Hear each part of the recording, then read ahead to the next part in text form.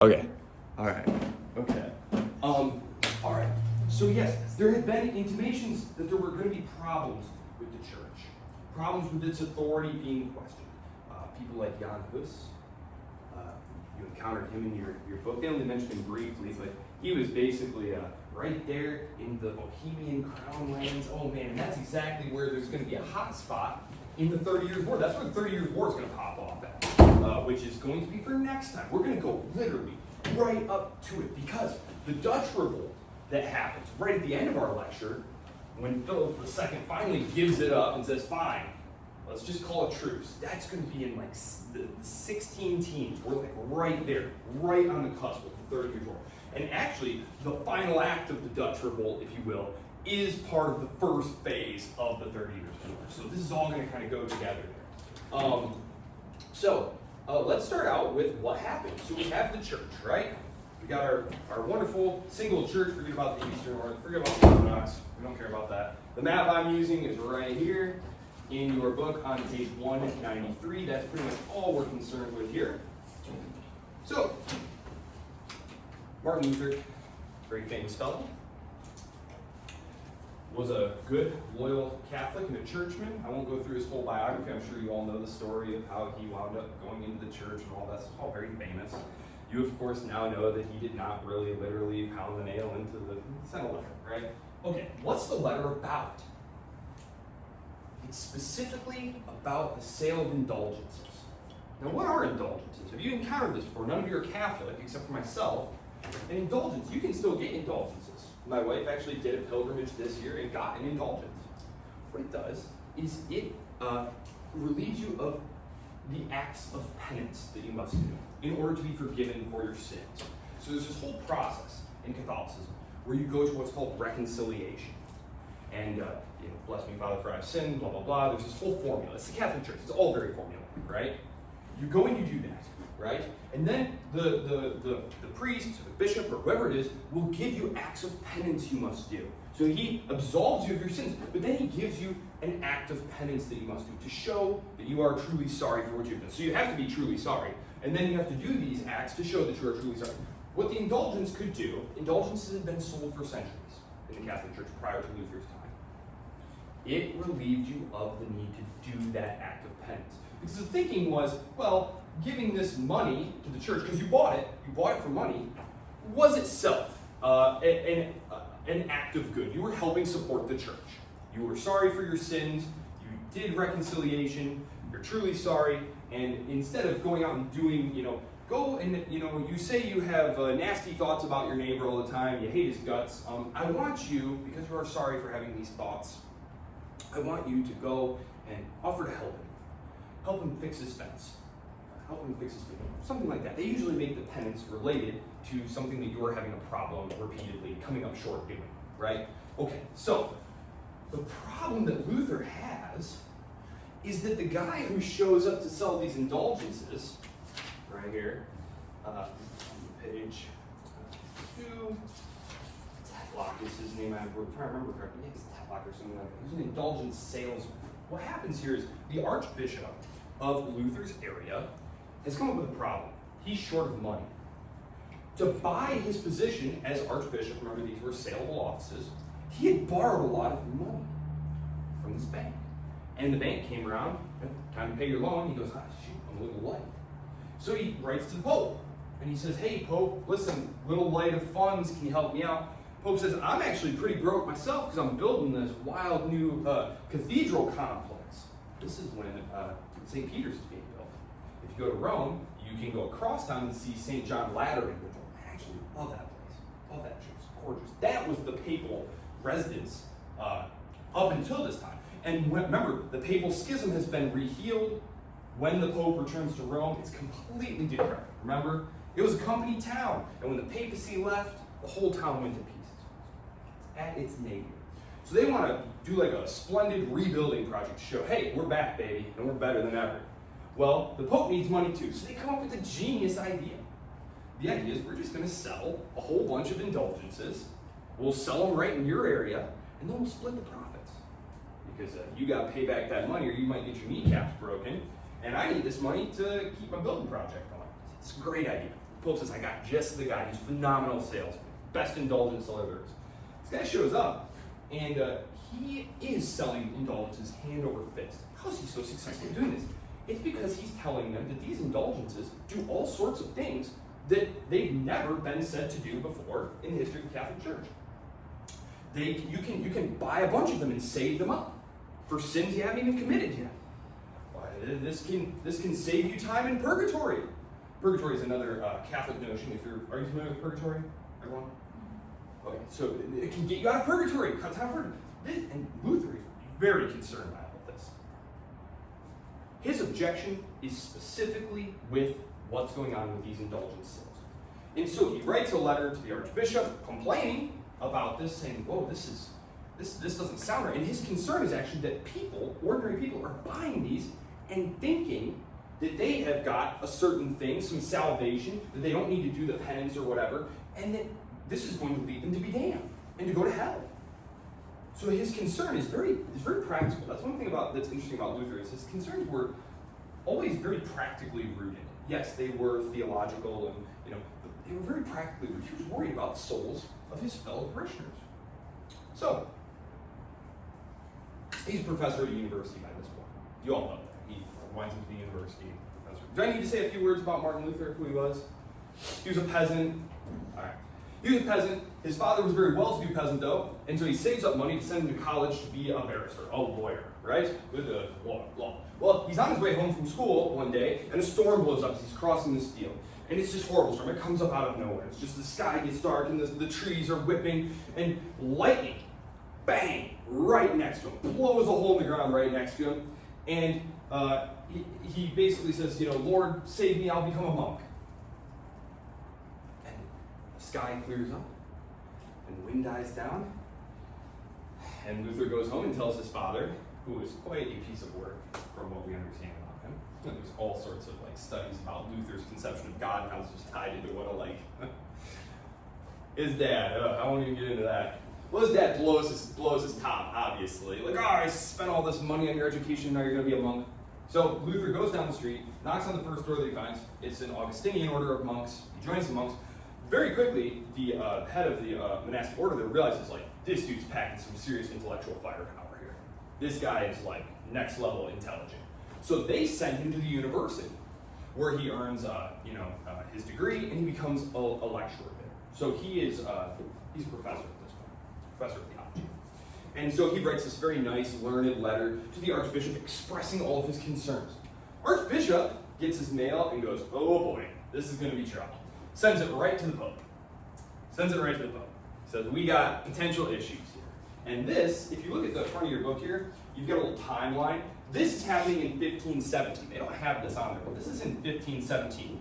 Luther's protest. He's protesting the sale of these indulgences because of what they're being marketed as. The Pope gets the letter and goes, what should we do? Should we just ignore it? I mean, he's just some rando, in the middle of some small German town. Should we just ignore it?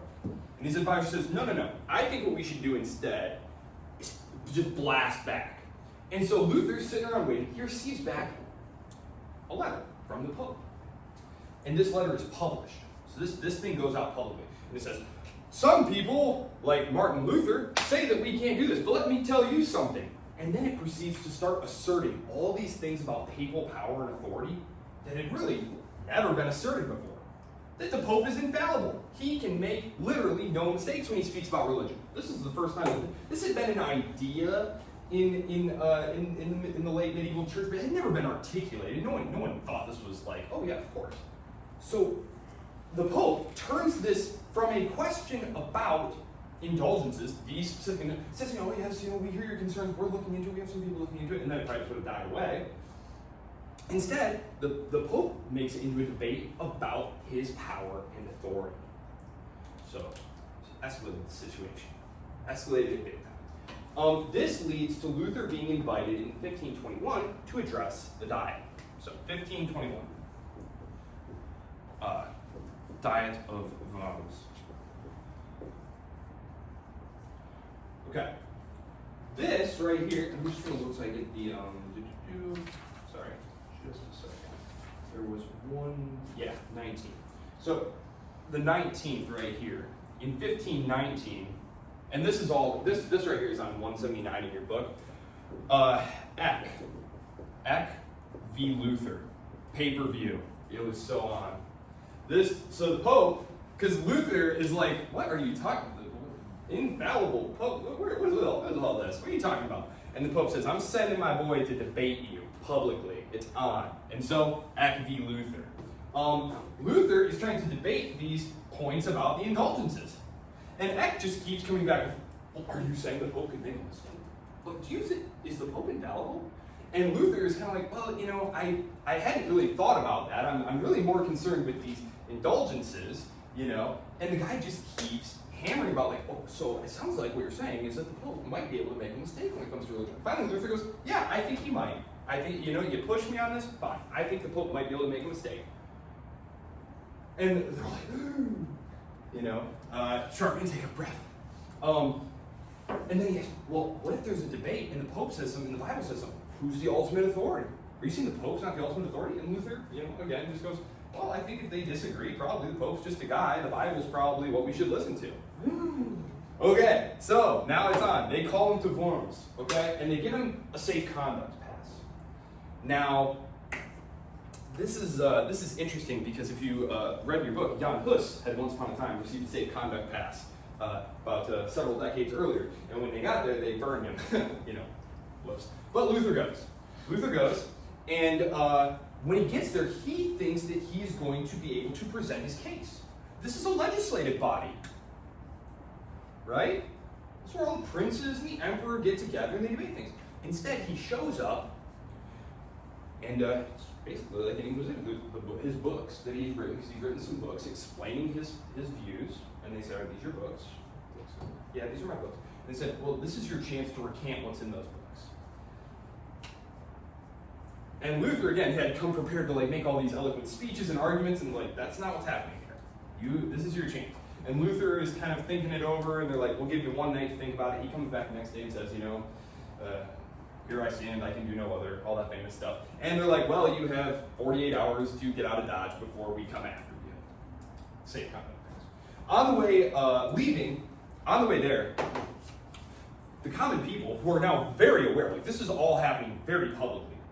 There are all these people cheering him on along the way. And Luther says later that this really gave him a lot of heart. That, you know, when he gets there and he's confronted with this choice, like all he has to do is say, yeah, these books were a mistake, and like his life will be fine. Everything will be back to normal. And if he says no, he's gonna be a wanted man. He's probably gonna get burned alive, which is not actually all that fun. And usually they torture you first. One of their favorites was they would take a hot iron and they would apply it to your skin and then just peel like that, and so it ripped pieces of your flesh off. So they had all kinds of interesting ways to pass the time there.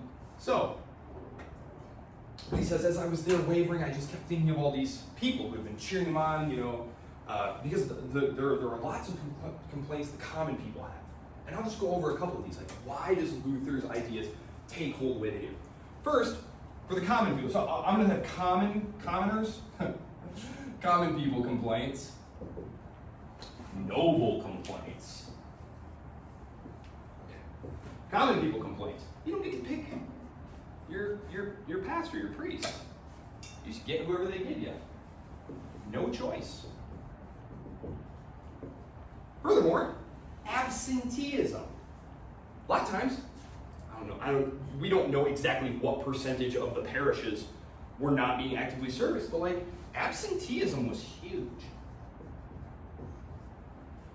You'd go to the church on Sunday, and like there wouldn't be a priest there, there wouldn't be a bishop there, and it's because you'd have people monopolizing these offices and collecting them because you still owed your tithes. You better pay them too, or there will be guys with swords who show up to get it. So you better pay that money. So these are, you collect them up. You know, if you're the minor son of some nobleman who's not going to inherit land, you get yourself a bishopric. That's got some money coming in, and then you grab yourself a few parishes. Now you're one person. You obviously cannot service all of these parishes. That wasn't the point. A lot of them don't even know how to do the Mass. Garbling, Latin. Another problem, apart from absenteeism, is bad priests. Some of them don't know the Mass, so they would get up there and they would just, and they would literally just mumble. No, I am not joking. That was the thing. And the idea was the common people don't know because they don't speak Latin. They speak their local patois. They speak their local dialect. They can't read or write or understand Latin, which is what the Mass is conducted in until the 60s, the 1960s. Vatican II is when they start doing the Mass in the languages that we all speak. So those are the common people's complaints. Oh, and taxes, which are called tithes in Catholic speak. Tithes. Noble complaints. Their complaints are more overarching. So the common people like Luther, because he's opening up the door to something a little more democratic, where they're going to get local preachers who preach in their language that they can understand. It's much more involved.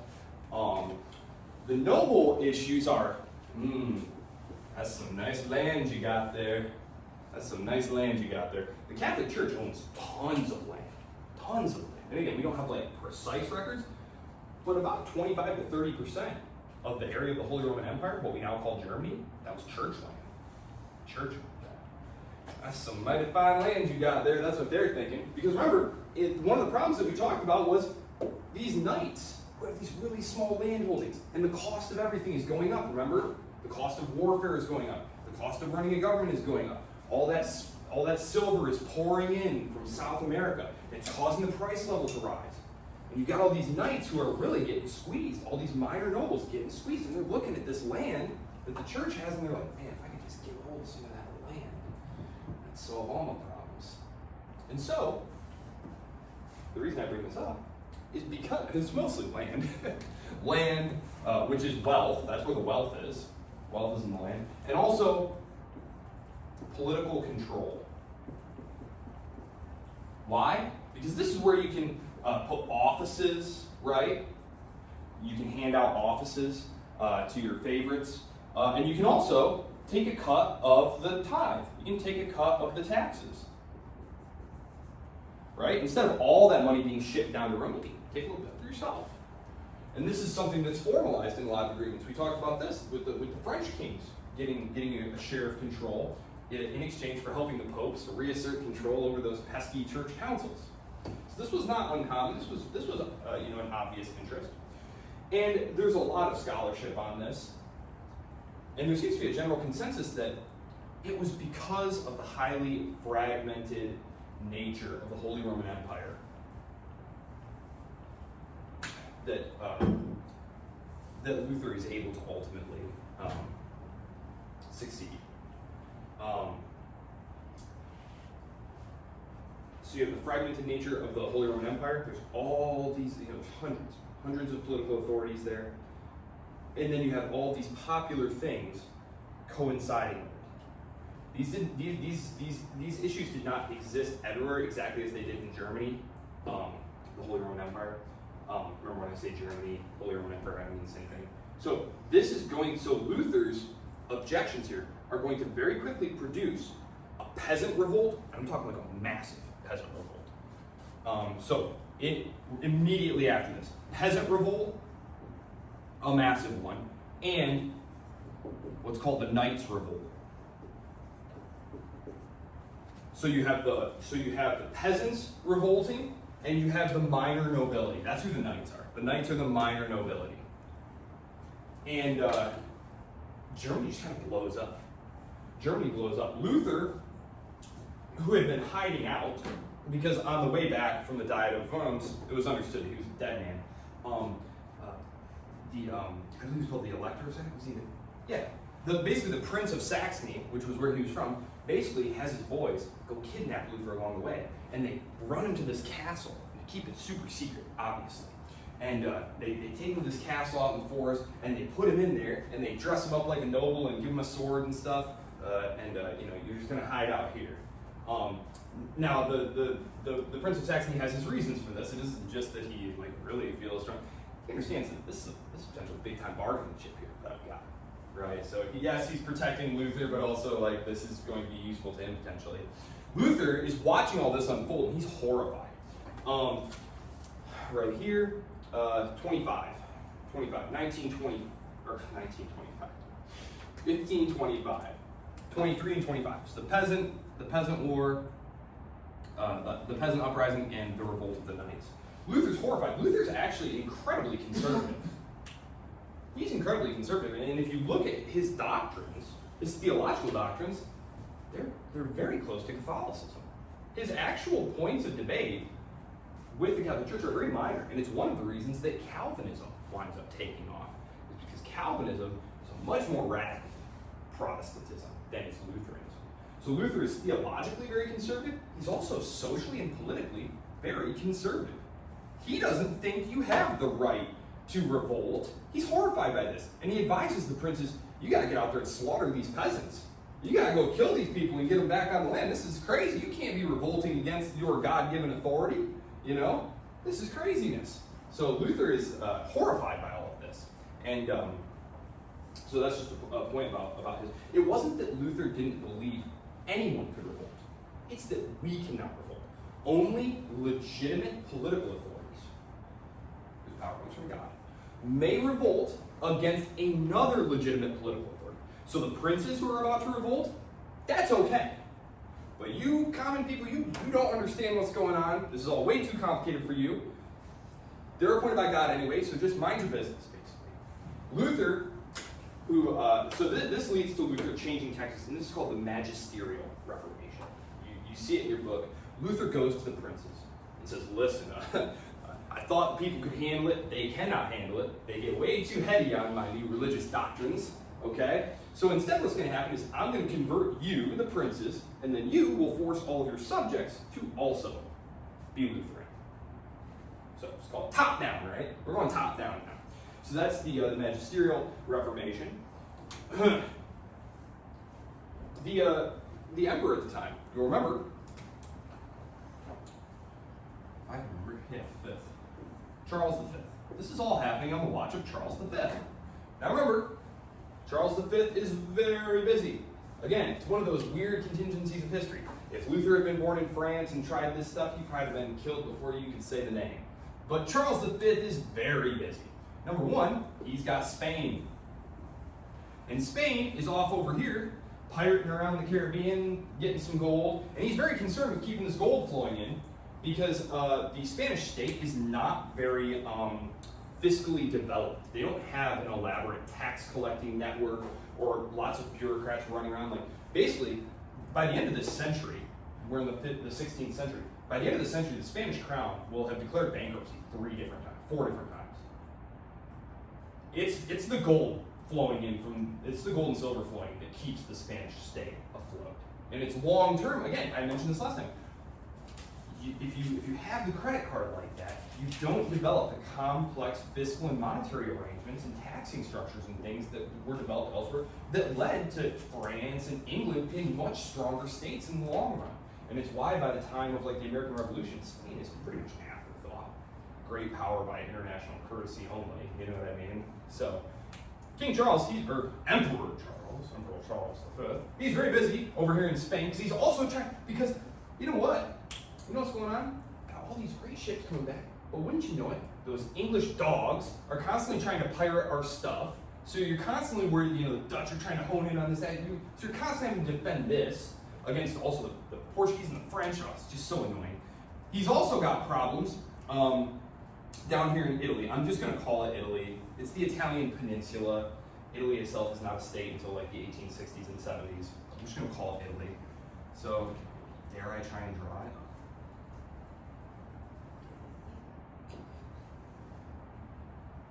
Spain. Here's France. So this is kind of like Italy, sort of. And then there's the Balkan area here. Okay, you get the idea. Okay, so here's the Holy Roman Empire, which is huge, and it actually extends down into here. So he's got this. So he's got Spain that he's got to worry about. He's got the Holy Roman Empire that he's got to deal with. He's got these the Dutch provinces to worry about. And he's also got to worry about the Ottomans right here who are pushing into here, and there's going to be a series of battles here. The Serbian kingdom is destroyed in the Battle of Kosovo. The Hungarian kingdom is destroyed in the Battle of Mohacs, and they're knocking on the door. In the 1520s, Emperor Charles has a heck of a time, and there's a very good reason why when he finally quits. He literally quits being emperor.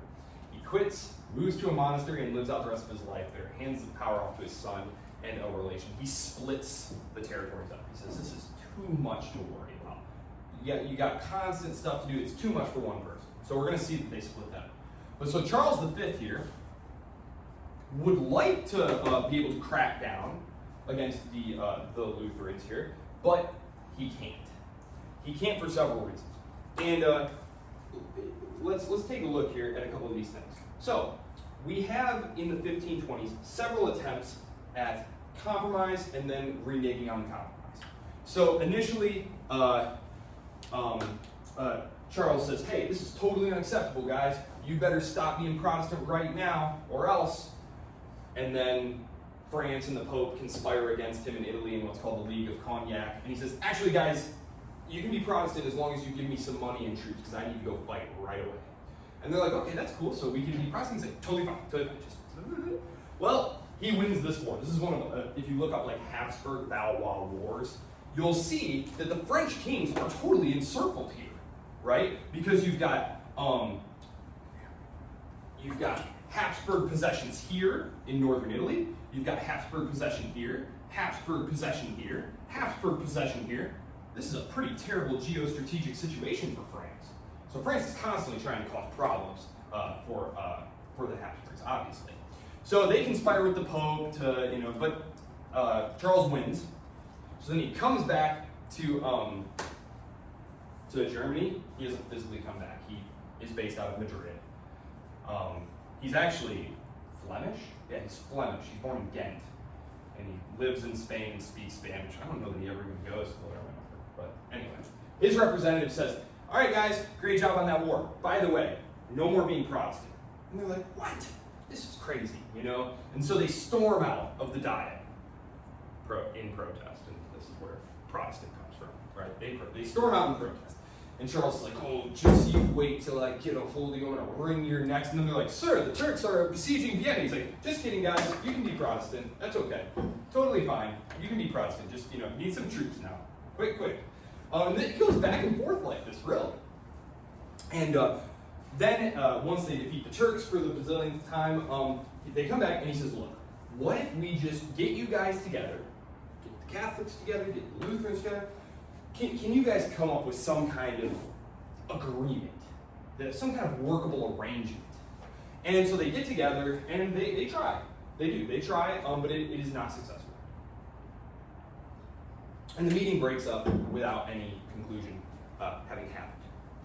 And it's at this point that both sides begin to prepare for war. So it's critical to understand. A lot of times it's like, oh yeah, Luther nails the stuff to the door, and then the Protestants and Catholics just start killing each other like mad. It was on. No, that's really not what happens. The wars don't really start until, let's see, well into the 40s. So you got Luther here in 1517. The first war, the Schmalkaldic War, that's how you pronounce that, the Schmalkaldic War, okay? The Schmalkaldic League, okay? That does not start until the 40s, 46 to be specific. And if you haven't already read the chapter, that, or you're making your way through it and haven't gotten there yet, this is on page, where are you? It's right here. The first set, there's two sections in this chapter that are devoted to religious wars. This is the one on page 190. And specifically at the bottom of 191,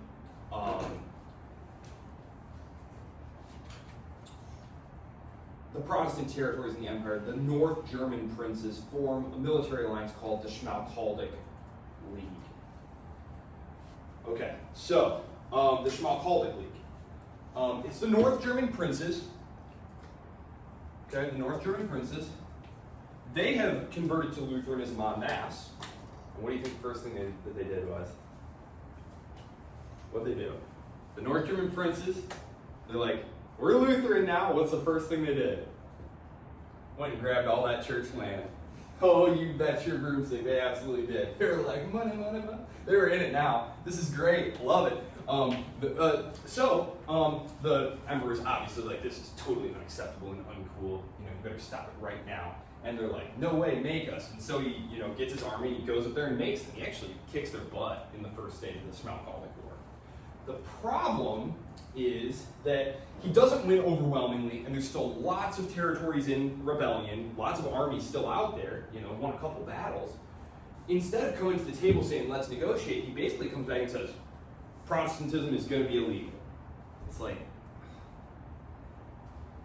they're not going to agree to this, right? And so the war is going to continue. And the North German princes go to the French, and they say, yo, we could really use some help here. And of course, anything to undermine the Habsburgs. And so really, it could have been over at this point if he had just made a reasonable peace. He doesn't. And instead, the war drags on, and it isn't concluded until 55 with what's called the Peace of Augsburg. Peace of Augsburg. With French help, the North German princes and Protestant rulers are able to fend off these attacks and even win some battles.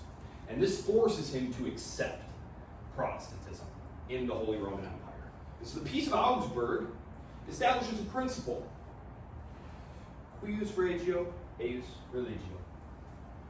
Whose land, his religion. It means that if your ruler is a Lutheran, he can make everyone in his state be a Lutheran. But if you're Catholic, you got to get out. Okay, so there is choice by the ruler. The ruler may choose the religion of his land. Okay, Calvinism is not acceptable. Calvinism will not be acceptable until the 30 Years' War. So I'm going to talk about Calvinism in just a minute. I still have a half an hour, 25 minutes. We're doing good. It's a very full lecture. We're doing great.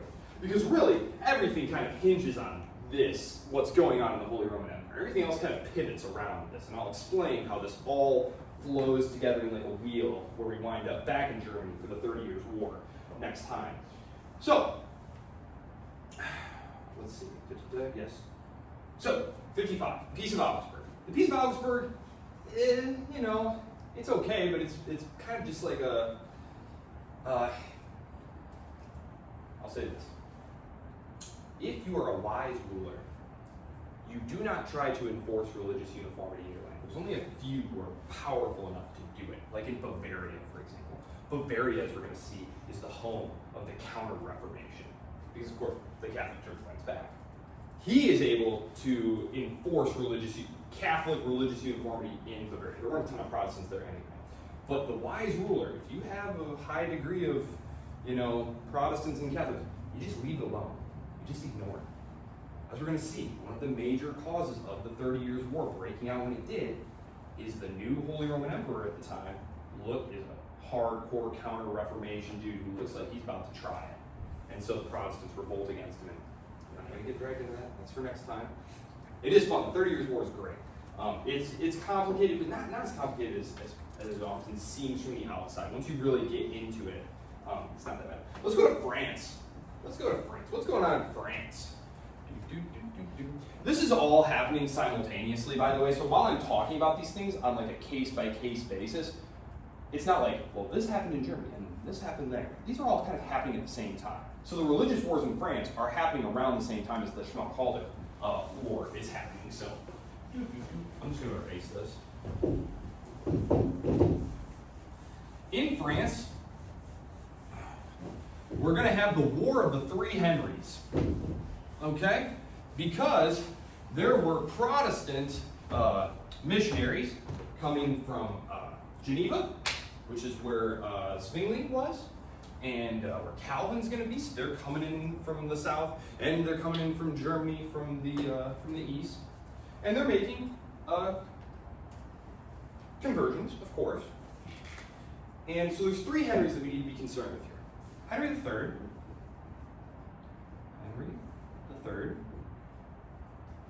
Henry of Bourbon, and Henry of Guise. Protestant. Called them Huguenots. Catholic. And hardcore Catholic. Put HC for hardcore. Hardcore. Actually, I should put, whatever. He's a hardcore Catholic. He means business about it. Henry III is Catholic, but he's incredibly moderate. Remember, he's surrounded by a court of administrators who are telling him, look, don't make religion a thing. Just focus on state power. You know what I mean? The reason of state. Okay? Don't worry about what's going on with people's religion. Just leave it alone. It's just going to lead to some huge blow up like what's happening in Germany. And the Guise faction, though, is saying, no way. You guys are crazy. We're a Catholic monarchy. France is a Catholic state, a Catholic kingdom. We need to go kill all these dudes, just like the good old days. There was a massive crusade a couple hundred years before this against the Cathars and the Albigensian crusade. So, let's go kill them. Henry of Bourbon, he's Protestant. And the king, though, is refusing. The king is saying, no, we're not going to do anything, The Protestants, of course, are okay with this, but the Catholic faction at court is not okay with this at all. And they basically try to provoke. I'm not trying to blame it all on them, but they do. They kind of try to provoke a fight. This is going on in the 1560s. This starts really in the 1560s. Protestantism starts to become big enough and popular enough that in the 1560s, Catholic forces will just show up and burn down a Lutheran church with everyone inside it, stuff like that. They're trying to provoke a reaction so that a war will start up and force the king to take sides. And whose side is he going to take? The Catholic side, right? They will be very disappointed because Henry III ultimately winds up taking the Protestant side. Why does he do that? Well, let's dive into this here. So these are the French Wars of Religion. The French Wars of Religion. As I said, Protestantism has become enough of a problem by the 50s. Problem from the perspective of you're a hardcore Catholic. It's become enough of a problem by the 1560s that you start seeing small battles out in the country. The groups are arming up. It's starting to get a little testy. The main war breaks out in really the 1570s. And it carries on into the 1580s and is ultimately concluded right at the tail end of the 1590s. And it finishes with a very famous thing called the Edict of Nantes. It's in your book. Very famous. This is where the king, spoiler alert, it's Henry of Bourbon, spoiler alert, it's him, he says, religious toleration for everyone. And if you're Protestant, you can guarantee your religious freedom by building walls around your city and arming up. Now, in a couple of weeks, we'll see that Louis XIV reneges on this deal. He ultimately winds up having to go back to the deal, but he just loved fighting and losing wars. That guy's got the most overinflated reputation. The Sun King, Louis XIV, he's so great. Dude did nothing but waste money and lose wars, I swear. I don't know. Some people just have good press. You know what I mean? You gotta have the good press. Okay, so the war. What happens? So, basically, you see here at the front of your book in the timeline on 172, something called the St. Bartholomew's Day Massacre in 72. What is that? Well, as I said, there's a lot of bushwhacking going on out here and a lot of small running battles out in the countryside. But there's not an official state of war. 72. The Guise faction at court starts getting in the king's ear, saying, gosh, I hear these Protestants are really politically subversive, and they say that it's okay for nobles to rebel against the king and stuff. I wonder if our Protestants are like that. Probably. And there's a big wedding. It's his wedding, actually. He's getting married in Paris. And so a lot of big Protestant nobles are showing up to Paris in 72. and the geese see their chance. They say, gosh, king, there's like a lot of Protestants in this city this week, don't you think? Kind of suspicious. Probably they're here like, no. Dare I even say it? The king's like, there are a lot of high-ranking Protestants here. Now they're there for the wedding, right? But the king has had this idea well inculcated in his mind for a long time first, and he opts on the side of caution. So, that night, on the evening of St. Bartholomew's Day, pitch of dark, he sends his royal guard out into the city to slaughter all the Protestant nobles that they get their hands on. Henry of Bourbon is taken alive. He's the leader of the Protestant faction, and they want to make an example of him. So they lock him up, and they say, we'll let you out once you publicly profess that you have seen the error of your ways and are a good Catholic people. And one of my favorite things ever, Henry goes, okay, converts back to Catholicism, they let him go, and as soon as they let him go, he's like, just kidding, losers. And he just goes back to being a Protestant. And they're like, oh, I can't believe he did that. And so, of course, now the war is on. Now it's time to have some real brawl and some real fight. And that's exactly what happens. So, again, the Catholics provoke the war out in the countryside. Then they provoke the major war in the city. And they're losing. They're losing. So what do you do when you're losing a war? Call for help. And they call for help from the leader of the Catholic Counter-Reformation Party, the son of Charles V, that's Philip II, King of Spain and the Low Countries, also called the Dutch province. Philip II's over here in Spain.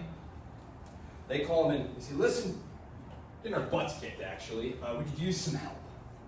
Now, Philip II has a grand plan to stomp out Protestantism once and for all. He is the author of the Spanish Armada, which I know that you've all heard of. The Spanish Armada. His plan. I know we haven't talked about England yet. I know we haven't talked about the Dutch provinces yet. We're about to, though, so just hang with me. His plan here is to send his fleet to the Dutch provinces, pick up a huge Catholic army there, go invade England, make that Catholic again, then sail back to France, land there, defeat the Protestants, and voila, we have saved Catholicism. Woohoo, we did it. That is not exactly what happened. We'll talk about what actually happened here in just a second. Actually, should I do it now? Yeah, because this ties into the end of the war. Yes, beautiful. That's what I'll do. Great idea. 1588. So the war is dragging on, blah, blah, blah. Just a terrible, terrible war. It's a civil war, right? Religion is kind of at the heart of it, but it's really about power. Religion is wrapped up in there. 1588 builds the Armada. Massive amount of ships, right? Okay, so 2 things to note really quickly. I still have 15 minutes. I'm doing good. The Spanish way of doing naval warfare was this. You got this big old ship, slow moving, and it has towers on it. Now, it does have guns, but it doesn't have like a lot of guns. We're still in the early ages of like gunpowder, naval warfare, stuff like that. What you do is you get close enough to a ship and you grapple it with these towers. And then you basically like invade the ship with all your dudes. The ships are like full of soldiers. So you basically want to have like a land battle on your ships. You grapple the other ship, you get them close, and then you go across these towers, and then you go fight them on the ship. The English way of war, though, is to fill your ship with guns, as many as possible. Hardly any Marines, mostly sailors, and also make them fast. So smaller, faster ships with bigger, longer range guns. You can see what the problem is here, right? Okay. So little surprise, word gets to England, Your Majesty, the Spanish are going to be attempting to invade. So they send the admirals out into the channel. The great, well, I guess one man's pirate is another man's freedom fighter, or in this case, Admiral Sir Francis Drake. Sir Francis Drake. They meet in the channel, and naturally, the English ships stay just out of range with a few Spanish guns while blasting them with their longer range guns, right? So this is annoying, but it's not like devastating. Because in order to get really close to hit the big capital ships, the English would have to get inside the range of the Spanish cannons. And they're not doing that. They're just kind of annoying them, harassing them, going around the outside, sinking some of the smaller ships. A storm kicks up. And so the Spanish ships head into port. They port at a safe spot in France. However, the English captain decides, hey, you know what would be hilarious? Okay, they're all docked there in their wooden boats. What if we just like fill up a couple of our boats with like gunpowder and stuff and light them on fire and just push them into the harbor? That'd be hilarious. It's called fire ships. And so the Spanish, like wake up in the middle of the night and like there's these huge burning ships heading right for them. And so they panic, of course. They panic. They split up in the middle of the night. They're going all over the place. So the fleet breaks up. Some of the ships get caught in the fire and blown up. But really the real problem is the ships just scatter. Their safety was in their large numbers. Now they're all over the place in the channel, and the English are now like hunting them down in small groups and destroying them. It's a huge disaster. The Armada is still together. They land in the Dutch provinces, but the Catholic army that was supposed to be there for them to take to England never showed. Never showed. And so it's a disaster. The whole thing's a disaster, and they can't even go back to Spain because the English fleet is guarding the channel. So they have to go up around England and Ireland to get back to Spain, where they encounter like a bajillion more storms. The English are still harassing them. The fleet is almost entirely destroyed. It's just a massive disaster and a total waste of money. And it really, 1588, it really coincides with the end of the French Wars of Religion, because the Armada is right here in 88. The Catholic forces have been counting on those reinforcements. And when they don't show up, pretty much game over.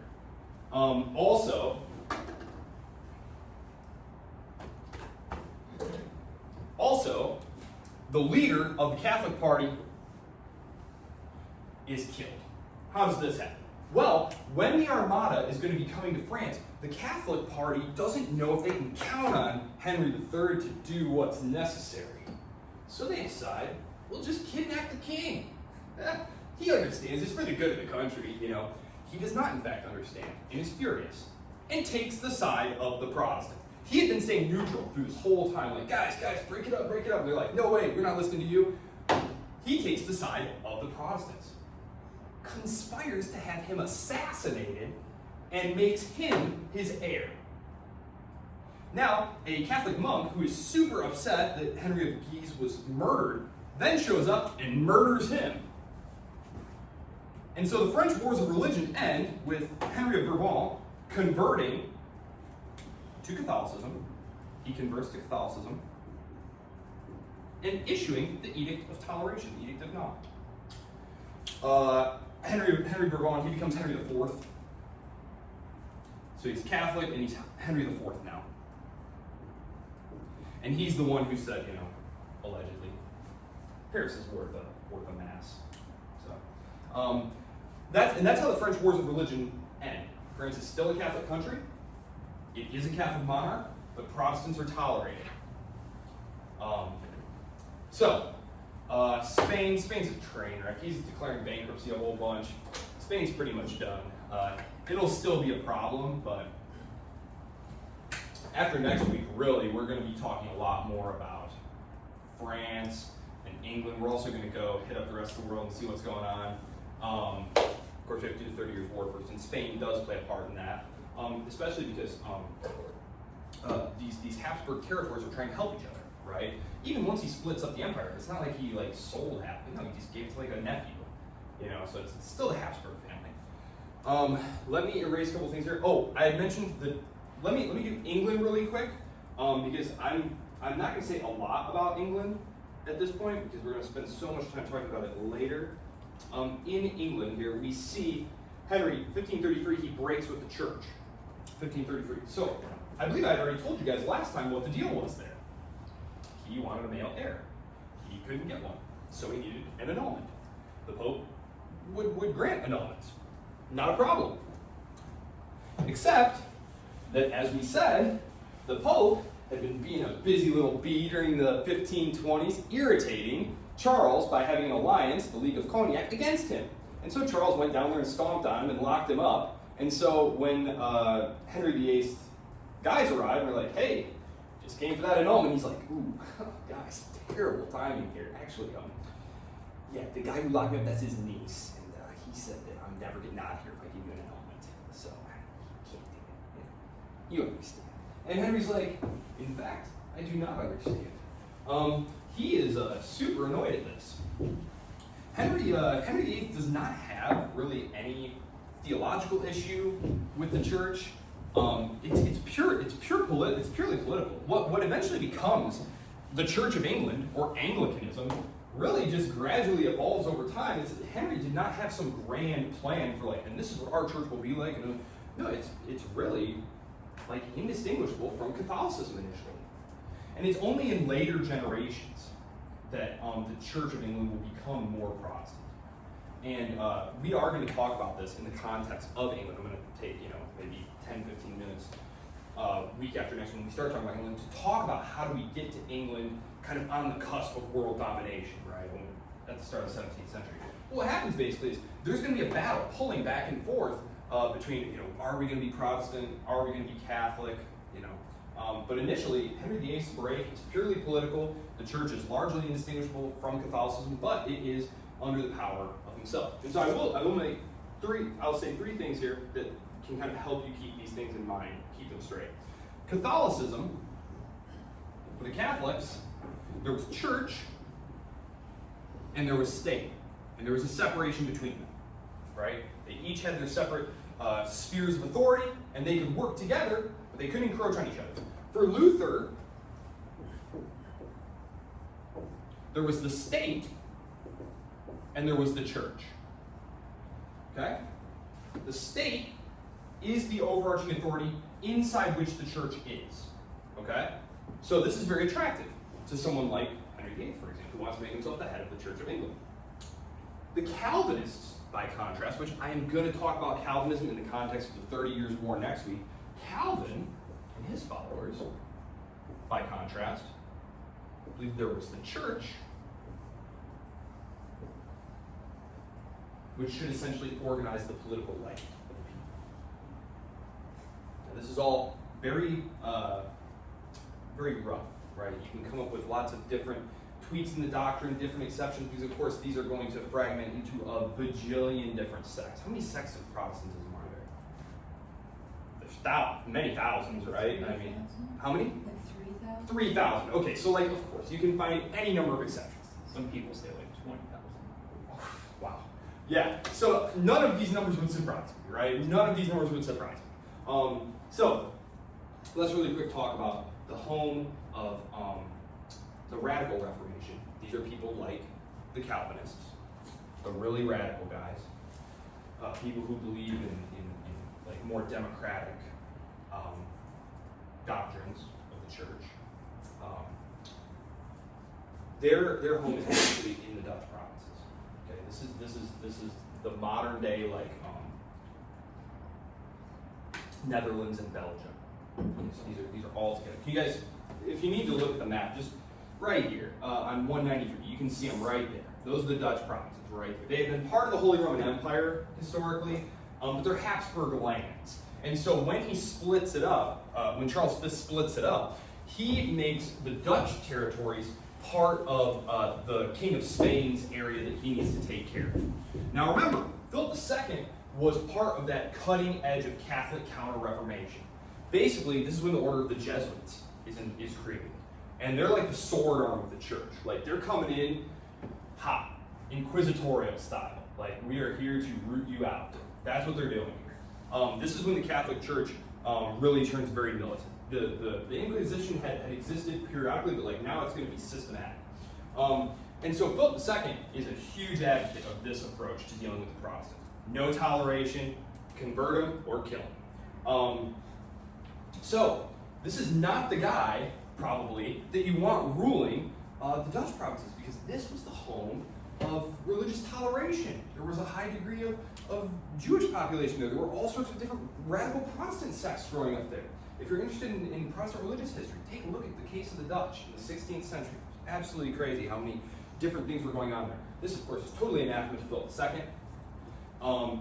And again, we have that, we call them religious groups, but there was the religious issue, which is he sends in the Inquisition to stomp these people out, but he's also taxing them really heavily because the Dutch provinces are very, very wealthy.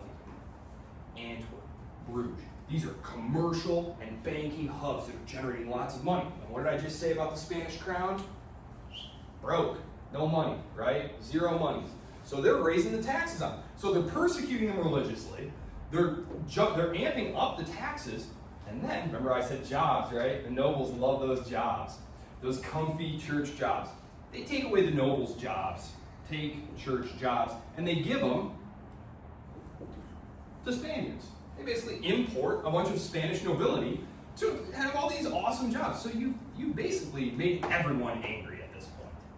And what's going to happen here is the governor of the province is going to be replaced. Oh God, what was her name? She was like the Duchess of Parma, but she basically is trying to be a little bit moderate, and a huge wave of iconoclasm breaks out, which is like smashing images and stuff. And this really makes Philip mad. He replaces her with like a straight up military commander. They talk about this in the Dutch Revolt. Oh, right here, 205, the iconoclastic riots. So they riot and break a bunch of church stuff, and Philip just blows his top. He's like, get in there and kill everyone that you need to. But of course, this just breeds more resistance because they show up and they're like, we know what to do. We'll just do a decapitation strike. That always works. Just look at France. Didn't work, right? No one ever learns. It's always going to work for us. So they round up these, high-ranking Dutch nobles and like take them to the town square and like chop their heads off. They're like, don't you mess around with us. And of course, this just sparks even more anger and violence. And this is what happens. And this is going to carry on all the way. The Dutch Revolt starts in the 1560s, and it's not going to end until 1609. So Philip is going to keep trying, because it's imperative. This is like his one cash cow that's keeping the monarchy alive, apart from the gold and silver flowing. He needs these territories. And so they have a truce. In 1609, they declare a truce.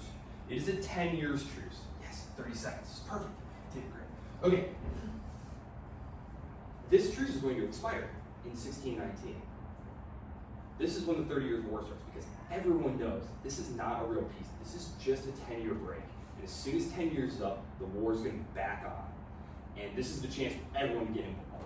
And so that's what's going to happen. Discussion board. It'll go up tonight. If you have any questions about the prompt, please let me know. I basically just want you to build on the research that you started doing last week to write like a mini essay about what you're interested in studying. Find a couple more sources. All the directions are on there, and I made an example post. So the first post on there is my post, and it's an example of what it might or probably should look like. Any questions? All right. Have a great week. Can't wait to see what you guys come up with. And on Monday, we will do the 30 Years' War. All right. Have a wonderful rest of the week, everybody.